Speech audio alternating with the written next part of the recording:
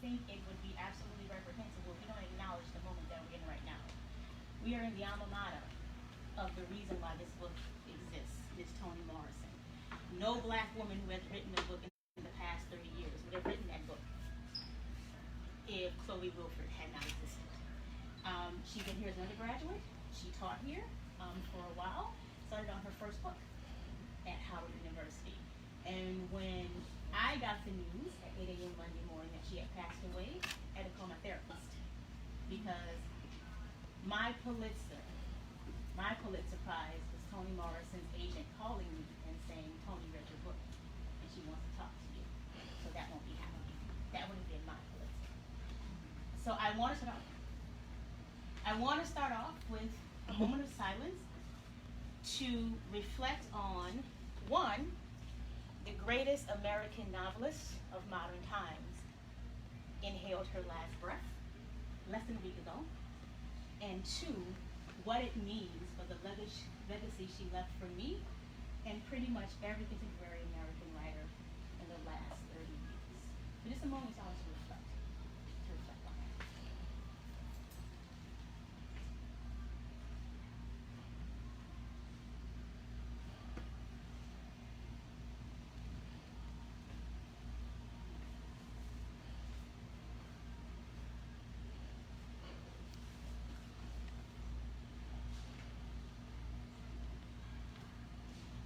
Most people know Beloved. Most people know Song of Solomon. A few know jazz, a few know Tar Baby. Those who are late to the Toni Morrison Hero Worship know Paradise, I Mercy, Love. Sulla was not my introduction to Toni Morrison, but it was my affirmation that someone saw me. It was my affirmation that who I was, the black womanhood I never saw growing up, watching the Cosby Show, watching A Different World, that black woman did exist. Sulla Peace is a character that I am convinced could only be invented by someone who deeply understood her. A free black woman cannot write a free black woman unless she is a free black woman. I analyzed the character of Sulla and compared her to, how many of you watch Queen Sugar? Queen Sugar, there's a character called Nova Bordelon. I'm not quite happy with what they've decided to do with Nova this particular season. When I was writing this book, Nova Bordelon, who has been absolutely dedicated to her own self for her whole entire life, and completely convinced that she would not sacrifice herself for anyone. Self-preservation is where she works from. Season 2, Nova Bordelon turned down a good black man only because he would not accept her for who she wanted to be. That was the only reason. Then she turned down a white guy who offered to leave his wife for her. When she did that, Black Twitter went crazy. How dare she? How dare she? Now, before Nova turned down 2 men back to back in episode, she stole literally $1,000 from her sister. She invented a health scare to drum up money from donors for her social causes. Twitter went crazy when she left 2 men for no good reason. And when I think about Nova Bordelon and what I write about in the last essay of the book, Letting the Loose Woman Remain Free, it occurred to me that although Queen Sugar is based on a novel, when Ava DuVernay got a hold of that character, she too appreciated Sulla Peace. Nova Bordelon is everything that black women are not supposed to be if they ever want to win the prize of partnership. It throws people off when this antithesis of the good black womanhood we have come to revere does not seem remorseful for her behavior. Here she is, behaving in ways that are the sole reason why a growing number of good black men have no choice but to wife up white women. Somehow, through forces unexplained, she finds one who is willing to deal with her dogged commitment to self. He doesn't just zip up his pants and drive off after she lures him into the back of his car and says, I want you now. He actually depletes his frequent flyer miles, showing up unannounced on her doorstep. Yet, she does not show gratitude for fate granting her favor. She does not thank this man for choosing her by bending herself more to make their relationship work. She chooses singleness when respectable heterosexual partnership is within reach of her slutty arms. With Nova Borderline, Ava DuVernay has recreated Sulla Peace. Toni Morrison Sulla, a free black woman in 1930s rural America, is a cautionary tale for the good black women of the tiny Ohio town nicknamed The Bottom. She serves as their measuring stick for how far they can fall into their own freedom without becoming a complete Sulla themselves. This woman who takes in men, sometimes their men, and does not have the courtesy to contort herself in the ways they have always done to keep them. Sulla, who worships at the altar of herself, so much so that she sends her grandmother off to a nursing home when presented with the noble duty of caring for her. Sulla, who on her deathbed shows absolutely no remorse for what a lifetime of freedom has cost those who love her. Her best friend Nell begs her to repent of her sin of not birthing and caring for children. Not her own, not the neighborhood children, not the children of family members. Sulla will not repent. Nell also tries to help her friend seek redemption for flouting the role of devoted caretaker of a good man. But some men are worth keeping, Nell chastises her. Not more than they are worth keeping myself, a dying Sulla corrects her friend. Not more than they are worth keeping myself. In the pages of this book, I talk about what it means to not only name and claim, but to live by the mantra that I am more than enough for me. When you are a woman who wears black skin and you don't believe Jesus will save you, when you are a woman who wears black skin and you have no desire to give birth to and raise children, as a matter of fact, children under the age of 12 or 13 bore you to tears. When you are a woman who wears black skin and you do not want to be a good man's wife, people underestimate how you spend a great majority of your early womanhood defending your right to exist. They turn you into a pariah, as they did Sulla in the first half of that book. When I come back to read Sulla every few years, and whenever I get to that death scene where Nell is trying to convince her she should have done what she was supposed to do, when Sulla says to Nell, when Nell says to Sulla, some men are worth keeping, and Sulla says, not more than they are worth keeping myself, it is when I get to that line that I know Ava DuVernay made her 21st century Sulla with Nova Borderline. Flawed as she is, I want to wring her neck right about now, Missy. Flawed as she is, Ava knew what she was doing. Because Ava, too, probably called her therapist when it hit her timeline that Toni was dead. Decades after Morrison showed us what this type of woman looks like, DuVernay and Wesley, who plays Nova Borderline, are taking this antithesis of black womanhood further. They are being honest in their characterization of the impossible battle Nova will always fight because, like her literary predecessor, she is enough for her. To say, I am enough for me, is not to claim you are above love and partnership. Wesley does a superb job showing us that Nova does experience loneliness, as all humans do. It is just not an emotion that so overwhelms her she's willing to twist herself into more manageable shapes with the possibility of never feeling it again. She is not dismissive of love. She just does not value it over any other aspect of her life.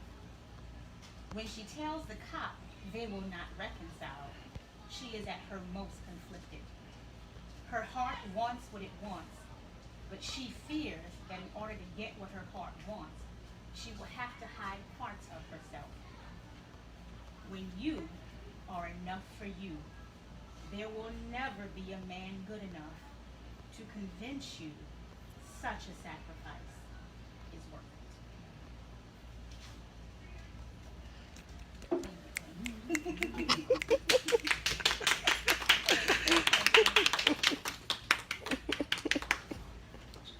One of the things I've come to own, not only through writing this book, but just as I've traveled around the world. I lived abroad for 5 years in Rwanda, East Africa, and then in Shanghai, China. Most recently, I've been back in the U.S. for about 6 weeks. One of the things I have come to own and acknowledge is I grew up as a fundamentalist Christian. I was raised Seventh-day Adventist in the Bible Belt South, and I have spent a great majority of my womanhood unraveling the trauma of that experience. I don't believe this has anything to do with actual theology. I don't believe it has anything to do with the gospel of Christ, but I do believe the way Western Christianity is practiced, its sole purpose when it comes to its female membership is control of women, particularly women's sexuality. Again, nothing to do with theology, nothing to do with Jesus of Christ. But when I think about the woman who I was, the young girl who I was, and the woman I wanted to see, to be represented by, it became clear to me that the church, as it is run and as it teaches its members, was completely contrary to who I could be. It disturbs me and upsets me that in the year of the pig, just the year of the pig, everyone, in the year of the pig, that the church still teaches there is only one way to be a godly woman, and it is attached to wifedom and motherhood, both which are wonderful roles. Many of my friends have taken on both roles. My mom took on both of those roles. I'm very glad she did. But it becomes problematic and it becomes deeply, deeply suffocating when you are a young woman who wants neither of those roles, and you know you don't, yet everything in your immediate environment, from television, from weekly church service, from what the pastor says from the pulpit, basically tells you there is no place for you in God's church.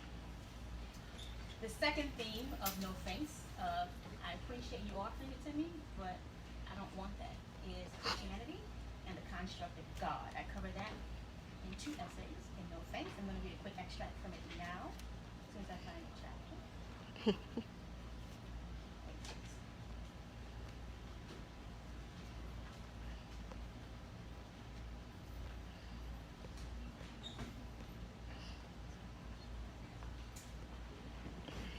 I left the church before I knew what to call the woman I was becoming.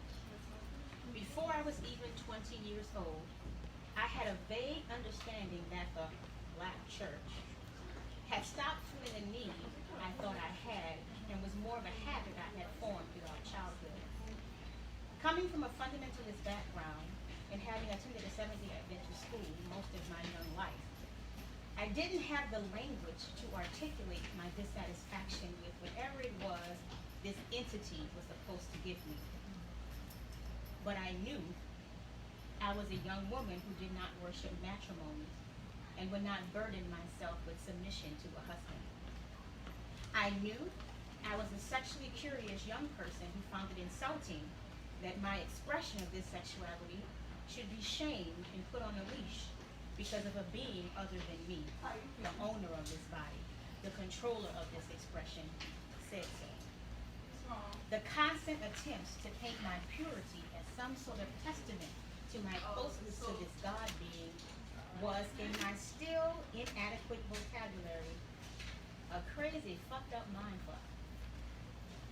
Leaving the insular bubble of my tiny church school and going to the worst public high school in New Orleans was, if I am to give him credit, truly a blessing from the God being. I was 16 years old when I switched schools and lost interest in church. I'm sure many of the other students in this southern public school full of black people went to church and professed belief in God. However, the fact that it was secular and absent of subtle shaming and indoctrination gave me the space to realize I didn't like the church, even though some of the people who made up the church were likable enough. I found myself annoyed with the notion that this God being didn't approve of my favorite uncle, my savior at school who routinely read to filth the other boys who teased me, and the choir director who played the piano every week, simply because they expressed their sexuality with other men. Even the backhanded way God's church comforted these sinners bothered me. God hates the sin, not the sinner. Pastor would say, and then he'd spend a third of his sermon chastising these sinners much more harshly than the ones who sinned with women, sometimes creating children with these women who ended up raising them by themselves.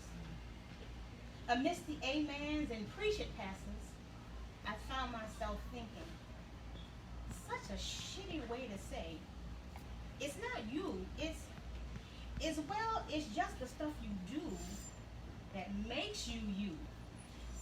That's where the problem lies. The level of mind fucking was so high, I wondered how any of us who eventually left managed to make it out without extensive therapy for years afterward. Using, because the Bible says, as a reason for isolating entire groups of people, as well as a rationale for conforming to an expectation that felt wrong, even to the conformists, frustrated me the older I got.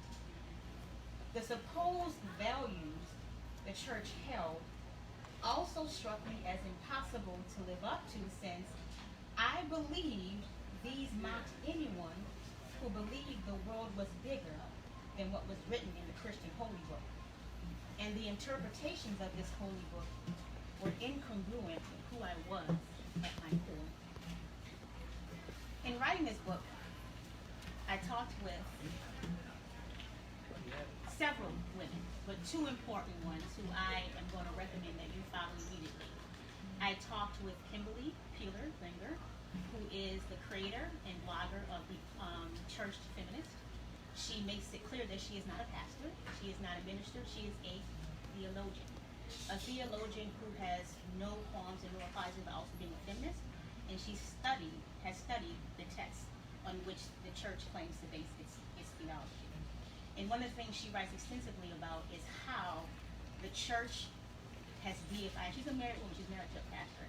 And funny enough, the first thing she said to me when I talked to her was, I don't let anybody call me a first lady. Because if I'm the first lady, who the second, who the third? Why are we ranking women? I am Kimberly Peeler, disciple of Christ, who happens to be married to a pastor.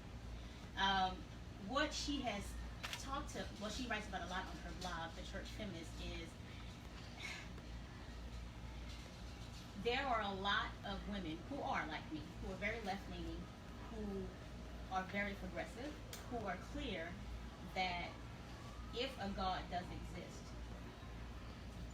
he would not even want to be a part of the church. And when you are a woman who doesn't subscribe to there is this way to be a godly woman, the church has no place for you. And the church has deified mommyhood and wifedom to the point where there are women who are marrying men who don't want to do it. I used to say that hyperbolically, but one of the blessings of this book is I have talked to women on this tour. When I was still in Shanghai, although Shanghai, China is a very secular country, one of my colleagues in Shanghai, when I told her about what my book was about, and I said, "You're going to buy it, right?" And she said, "I would, but I'm afraid if I read it, I won't get married." And the more we talked about it, it became clear to me she was getting married because a good Chinese woman gets chosen. No matter what else she does, she gets chosen. Because in China, if you make it to 30 without a husband or children, you are referred to as a single dog. What? Or a leftover woman. Wow. And I've had colleagues refer to themselves as that. So even without the face of Christian or religious dogma, there are women who, in the year of pig, the century of our Lord, the 21st, who are marrying men because they want to be able to say, I got chose. At my event at Uncle Bobby's last week, a woman said to me, my husband and I decided to divorce. We made this decision together for a number of reasons. Marriages don't work out quite often, unfortunately. And she says, it was absolutely overwhelming to me, the number of people who tried to guilt and shame me into staying with a husband who agreed divorce was the best option. I was invited to be in a viral book club of the Sisters in the Story in Illinois. We were chit-chatting about the book. A woman says to me, I was at my wedding thinking, I don't want to marry this man, but everybody's here. And I went on and did it. I knew he was a liar. I knew he was a cheater. And I still married him. Another woman at that book club says to me, first she said, thank you for writing the book because this is the first time I felt normal and I'm 49. And she said, a man she was with for 10 to 15 years, and she was perfectly fine not being married for a relationship. He got an offer to move to Baltimore and basically assumed that she would move with him. And the woman said, I have a whole community here. My entire family's here. I have a really good job here. And she wasn't trying to angle for a ring because she too wasn't necessarily interested in marriage. But she's like, and when I had an opportunity to move to DC, you didn't move because, like me, you didn't want to leave behind what you left. So no, I won't be going to Baltimore. I wish you well in your future endeavors. He thought she was crazy. Her mama thought she was crazy. He told her so. Her sisters, her good girlfriend, all thought she was crazy because all she had to do was give up her little yoga class, a little janky apartment, a fresh deliveries, to move to Baltimore. Not even somewhere cool like Berlin. To move to Baltimore. So I think the connection between what church dogma says is the way to womanhood, which has nothing to do with the teachings of Christ, impacts a lot of the decisions that women make. And when I say there are still women in today's time who are marrying and giving birth and not once stopping to think, do I want either of these things? I am not being hyperbolic. It happens far more than even I realized. Like this book brought some stuff out. And I thought I was clear, but it is much more extreme than people realize. The third section I'm going to read before I take any questions or comments from you guys speaks to why I wrote this book. I've said this a bunch of times in the last few weeks. Because it's 2019, and because we believe there are many representations of womanhood, when there really aren't. When you say, I am a card-carrying atheist and sexual humanist, I am a woman who has made it to 44 without a husband and children on purpose. I was a black woman in Africa with an American passport. I could have been married within my first 2 months in Africa. Like I've done this on 1 month. I know, right? Exactly. Right to the. And this is my homegirl from Kigali, who I had many hilarious conversations with about my escapades dating in East Africa. She's already married, happily married, lovely, lovely man, husband and children. So she can attest to I could be married pretty easily. So when you say that, people say to you, why is it even a book? Why are you writing about this? Nobody cares. Look at all these representations of women. Nobody want to marry black women anyway. None of y'all get married anyway. There's nothing to write about. Nothing to write about.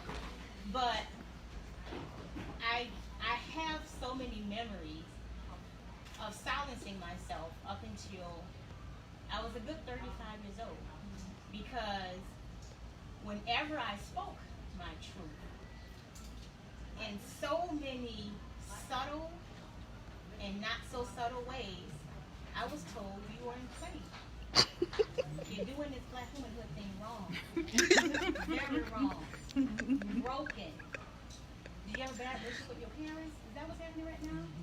And that was said to me in so many ways. And I think about, I'm at a point in my writing career where I'm certain this is not the first time somebody did this. There's no original story. Shakespeare wrote about half of them, right? And Toni wrote the other better, right? So I'm sure this has been written before, but I kind of feel like if someone had handed me this book when I was 20 and 21 and started to realize that the things my girlfriends fretted over and the things my girlfriends wanted, the things that men I went out with wanted me to want, that not wanting those things was okay, I wouldn't have felt lonely, isolated, because I did. And when the woman from the Sisters in the Story Book Club said to me, this is the first time I have felt normal, and I'm 49, I said to myself, I just want as many people as possible to hand this to any young black girl, regardless of what she thinks she wants or what she does say she wants or doesn't want. Just read this, because you do have options. You have more options than our community will have you believe. I wrote this book because 20 years ago, I needed to read it. I was not aware that I needed the words within these pages, so I didn't go in search of them. There's a good chance that what I have penned here has been written on numerous occasions by numerous women like me. Nevertheless, I must submit this work as documentation. Somewhere, I am certain, there is a young black woman curled up on a couch with a man she adores. This man has offered her his sperm and his last name. She wants to be as excited about this offer as he is. She so wants to be happy about what he's offering her, because he's very proud of himself for making this offer. She wants to tell him she does want to marry him, but just not right now. Maybe in a few years when she feels ready. She hasn't said this to him because it doesn't feel like the truth. Somewhere I know there's a black girl sitting on the floor of her studio apartment. She hasn't replied to the email from her soror urging, girl, send me your resume. I can get you an interview for a position it takes most people years after graduation to be considered for. This black girl started her research during her final semester. A year later, she has done all the calculations, thought about the obstacles and how they can be overcome. If she teaches English abroad for 3 to 6 years, she can pay off her student loans, travel to several parts of the world, and invest in a modest condo that she can sell off for a hefty profit if she chooses to return to the States. Somewhere, there's a black millennial who has stopped going to church because she no longer wants to pretend she's a believer. She has been respectful of her parents' beliefs the entire time she lived under their roof. She knew better than to express doubt in their God and irritation with the men who ran his church. Now that she is an adult, there's no longer a need for pretense. Each of these black women thinks she is strange. She questions her reasoning and silences the thoughts that could mean she is insane. This is not what she should want. This is not how she should embark on black womanhood. She will make her choices regardless. The woman in love will not marry her good black man, nor will she birth and raise children. The college graduate will thank her soror for looking out for her before buying a one-way ticket to Thailand. The atheist will ignore her community's prayers for her soul as she lives her life free of a desire for salvation. But there will be this feeling, and they can't shake it. Something is not quite right about me. They won't understand why their decisions about their lives cause so many whispers, invite unsolicited advice, and spark concern for their futures. And this quiet chastisement by their community will cause them to question their choices. Eventually, with enough reminders that they are unicorns, they will follow orders and try to chip away at that weird horn protruding from their foreheads. It is with this book that I say to these women, sis, you are not crazy. Neither are you alone.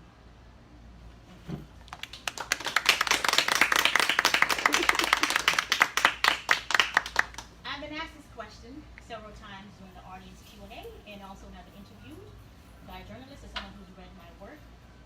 And as an English teacher, I ask this pretty much every day in class. What's the author's purpose? What's the author's message? And the way it shows up in book talks is, Keturah, what do you want the audience to do when they put down your book? What do you want them to take away from it? And I always say this, and people laugh. I want you to read the last sentence, close my book, and go out and live your damn life.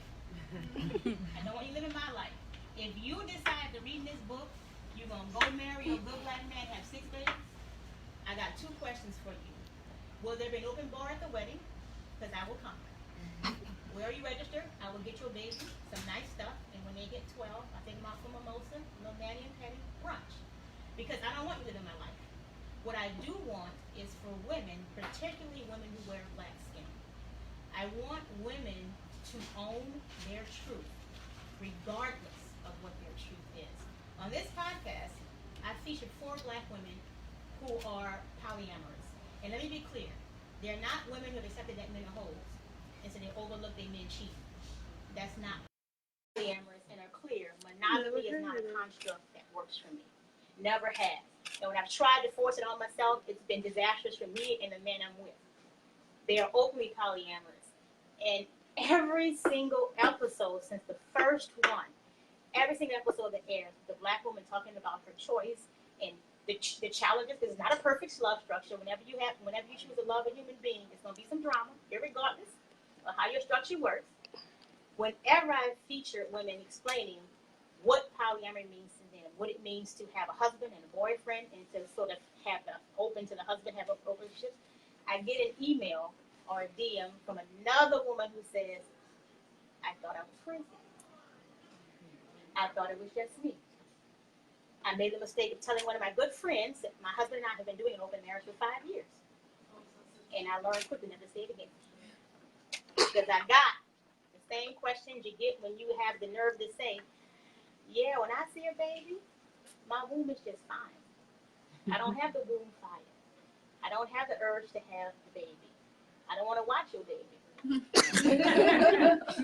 You get what you mean when you say you don't want to have no baby. What you mean by that? You get you're traumatized as a kid. And women who have DM'd me, particularly after episodes about women through open marriage, will say I get the same thing. You cannot possibly want this. Something has to be wrong with you or your marriage. Even though you keep telling me nothing is wrong with me or my marriage. So what I want each and every person to do after reading this book is to give it to someone else, someone young, to let them know that there will come a point when they start to question the things that they thought they want or the things that they have been told they should want, that they are at the very most indifferent about. And it is okay to examine that. And even if you choose the quote-unquote, even though this word means anymore, the traditional life. Own it. But make sure you are owning and living your life and not the life of Sky Daddy or On Earth Daddy and Mama, of your church members, of your home girls, of the Cosby Show. The man who invented the Good Black Family is a rapist. So live your life, live it with truth, live it with integrity, live it with intention, and explain yourself to no one, not even the woman standing in front of you. Thank you for coming. Thank you.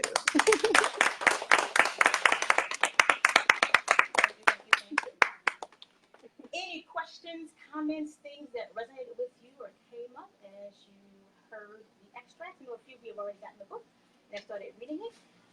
So before we buy and sign books and I chit chat with you one-on-one, any questions or comments from you, the lovely audience of DC? I'm not putting anyone in particular. It's like class. Like, what's your answer to the question? Just anyone in particular. I've heard comments that if you're a woman and you don't want to have a child, that you're selfish.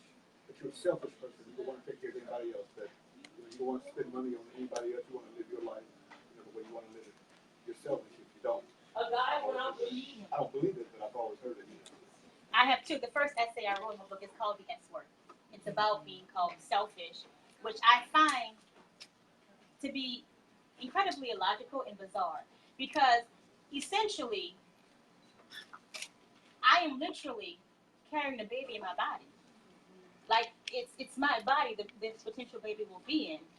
And if we're going to keep it 100, as young people say, I have taught all over the world and have worked with families of all economic backgrounds and nationalities. I have yet to see these egalitarian marriages where the daddy looks as tired as the mama. I have worked with rich people. I have worked with working class people. I have worked with Africans. I have worked with Europeans, Americans. Whenever I send an email to both parents, whether the mama is a stay-at-home mama or she is literally running the American embassy, I'm getting an email response from her. She gonna arrange for the house girl and the driver. She might even come out herself. One of the most profound memories from Michelle Obama's Becoming is a wonderful memoir. The thing that sticks out in my head is Michelle wrote Barack was in D.C. living his best political life, and Michelle was taking a baby on job interviews. She seems fine. She seems to stand behind her choice. I'm glad she did, because it wasn't like he was out on the corner drinking Red Bull. But it was clear to me who was doing the lion's share of raising those children, and it's been clear to me with every family I've taught. And I've asked girlfriends who are happily married if they feel like their husbands are involved. And I haven't said it. My husband is a fully engaged father, a great partner. I do not regret my choice to marry him and have this child. But if that fool fix his mouth to say we 50-50, I'm going to punch him because he a lie. That is not how it works. That's not how it works. I've never seen that. So being called selfish, for first of all, choosing not to do something with my body that I could damn near die doing. So Serena Williams rich, and she barely made it all alive. I can die from this thing. It will be me who has to sacrifice the most, whether I'm good, bad, or indifferent with that sacrifice, throughout the child's growing up. And yet, I'm supposed to consider my mama and her need for grandchildren. I'm supposed to consider, here's what kills me, when you are a single woman, you're supposed to consider phantom husbands. Like, what if you meet? He may come, he may not. But before you get your tubes tied, think about that phantom husband. What if you meet a man and all he wants is a baby? Think about him. I had a friend tell me once, don't you want to honor Oshun? What the fuck is Oshun? And why are you in my womb? So this idea that you are selfish when you make a choice about bringing human life in the world, you only think about yourself. Like, who else? Should I be thinking about? Just in general. Like, who else should I be thinking about when this particular choice? It literally is, It's crazy to me, and it still happens. Like, I would like to think that women who are at Howard University, that for those young women who are saying that they don't want to have children, that they don't get that pushback, I wouldn't be surprised if they do. I taught in an all-girls high school for about 10 years in New York City. And I just remember I had a student once ask me, like, if you don't have children, what will be your legacy? And I was like, I feel like you're going to remember me for a long time, sweetie. Maybe you could be my legacy. Maybe every person who I'm humane to, who I make feel important, that will be a legacy. So I wouldn't be surprised if even in today's generation, women who are saying they just don't want to have children are being called selfish. Because in the cool gray light of the morning, you don't have, a lot of your time is taken up with the managing of children and the labor of that, you do have a lot of time for yourself. And you enjoy it. And especially when you aren't apologetic for it and don't make up for it by watching kids you don't really want to watch, you're really called selfish. Yeah, that's true. Yes. Okay. Yes. Well, how did you get to the point where you just learned not to explain yourself? How do you get to that point? Let me tell you something about living in Africa. That was going to be my question anyway. So. How do you deal with people? I have to tread lightly because, as my homegirl in my head, Chimamanda says, everybody got one story about a continent. They got 55 countries in it. So I don't want to be one of those people who sell the one story. But what I can say, as a woman traveling throughout Africa and no longer feeling the need to hide that I don't have children because something's wrong with me, or because I never met the right man, but I don't want them. That I don't believe in Jesus. That I don't believe I need to live within a 6-block radius of my entire family to be a good family member. I had to defend myself so many times when I lived in Rwanda, and also when I traveled outside of the countries, because I moved to Africa. I didn't want to go on safari. I didn't need to see animals. I wanted to connect with people. So whenever I traveled to different countries, I was a very gregarious person, so I met people all the time in Ghana, in Senegal, in Uganda. And whenever it came up, another thing people don't realize, it comes up a lot. People assume a lot when you have a womb. So it comes up more often than people realize, and you don't want to do that. How often you have to say, no, I don't have kids. No, I don't want kids. No, I'm not saying your decision to have kids is bad. No, I'm not saying my mama was bad, But you have to defend yourself. I had to defend myself so much that I got to a point where I finally owned. Because when you have to defend yourself, and when you see examples of one, why you don't want this lifestyle, how in many ways that structure is meant to control women still, and you see how it can have a negative impact on so many women who don't really want it, never thought about wanting it, but because, that's what you do when you're a woman, you can see the negative impact.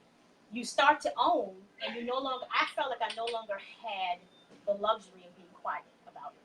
Because on my compound in Rwanda, this didn't make it into the book. I have a couple of funny Rwanda stories about having to explain to women that she can pray about my having a baby. I still wouldn't have one, but I didn't want one. And it wasn't Jesus' uterus, so she didn't have to pray Jesus for me. But I didn't get this story in the book because I didn't know how to handle it. There was a young Rwandan girl who lived on my compound who abandoned her baby. And when she abandoned her baby, my housemate, the couple that lived in the other house in the compound, were shocked. You know who wasn't shocked? There's this saying from the 1990s lingo, game, recognized game. I took one look at that girl with that baby. Oh, she didn't want that baby. She didn't want that baby. She wasn't abusive. The baby was always clean, cute as a button. Wow. Always fed, little chubby baby. But I took one look at her with that baby. I was like, she didn't want that baby.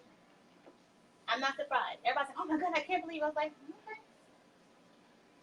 She eventually came back to the compound. No one was clear where she went. She's a very attractive woman. There were rumors that her boyfriend took her on this East African tour around several different countries. I don't know. She came back, disappeared from the compound. I think her family came to get her and a baby to figure out some arrangement because obviously it all come to blows. But one of my first thoughts when I saw her with that child, when I was like, yeah, if only someone had told her she didn't have to do that. one of my first thoughts, and I started with the child, was here is why when we don't tell women that motherhood is a choice, it is a lifestyle choice. No different from my lifestyle choice of leaving the U.S. and traveling all around the world. People didn't do that. They made a choice to stay. It's a lifestyle choice. When we present the word motherhood as synonymous with womanhood, you get Masha abandoning her damn baby.